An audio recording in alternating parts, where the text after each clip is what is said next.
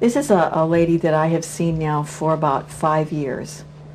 She has been in treatment, however, really began in 1976. So she's had a long history of treatment. That is really typical of these people.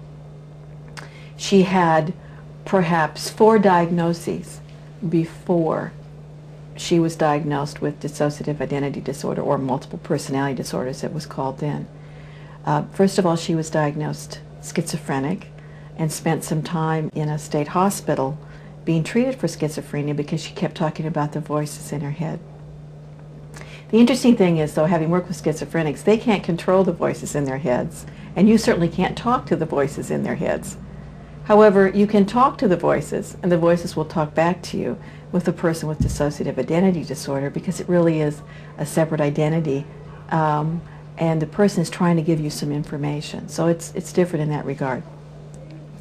But she was first seen by a professional psychiatrist in 1976 when she came in for severe depression.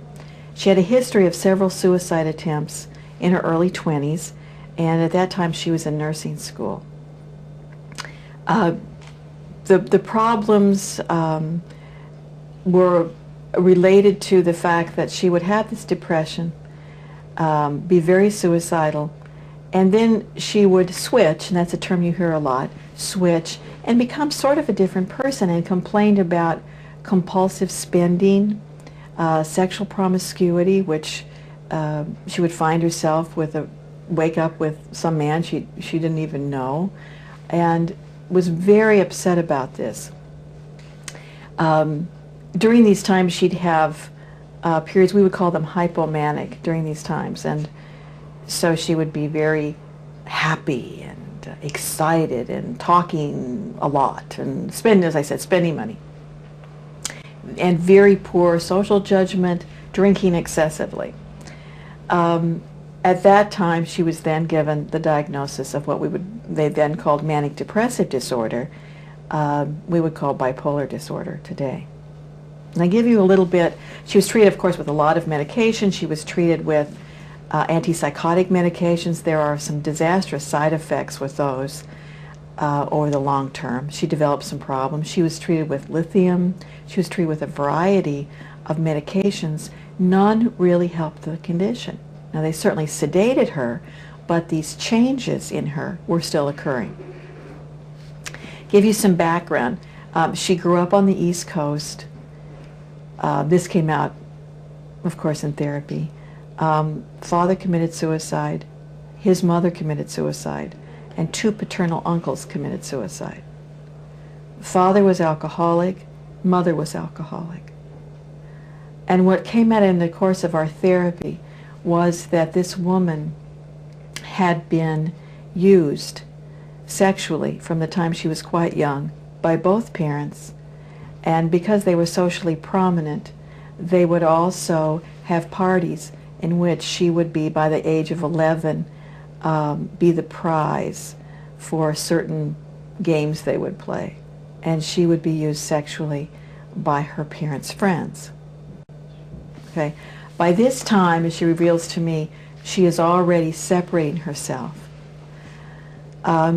She moved and married a couple of times, had very difficult times in her marriages because of the separateness, because of the different parts that would come out. She also tended to be attracted to and involved with men who are very abusive. So she had a history of very abusive relationships with men. They would beat her up, you know. So lots of marital conflict. When she first came in to treatment with the first psychiatrist, after she'd been in treatment for about 3 years, he noticed that she would have periods of time when she would come in and seem to be dressed differently than was typical. More jewelry, excessive perfume, hair would be done differently, makeup may be very lavish. And also combined with that were periods of time during the session in which she would stare off in space and sort of do this eye blinking and then seem to kind of reorient herself into the room. And that's typical that we see with these people. And this is their attempt to sort of understand where they are as they go back and forth between these identities, and they need to sort of reorient themselves and recognize where they are. She obtained a degree in nursing. She is a very brilliant woman, and I might add here my experience is that these people tend to be in the gifted range of intelligence. I do believe there are probably some biological, biochemical predispositions that make the ability to dissociate at a young age possible. But clearly also these people are very intelligent and use their minds to save themselves. So she really is a brilliant woman, wonderful memory. However, she had considerable problems in relationships, these two relationships, and she has a problem holding a job because she rages at people when she's in a different identity. If someone would say something negative to her, for instance, part of herself would accept it, but then there's a more protective identity that takes over and maybe would go out and rage at the person in a quite different style or personality state. So this erratic behavior caused her to lose a lot of jobs. She was working as an RN and she was doing well in an intensive care unit, but she worried all the time, now being aware that she is switching back and forth, that she would make a mistake.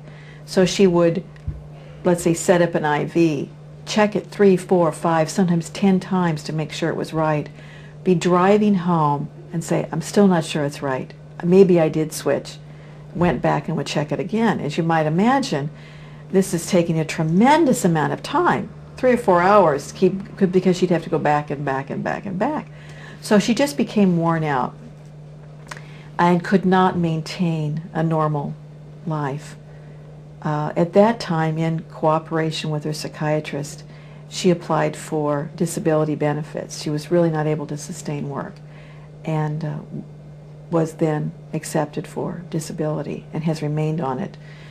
She and her family moved here to the Phoenix area, and her care was transferred to me.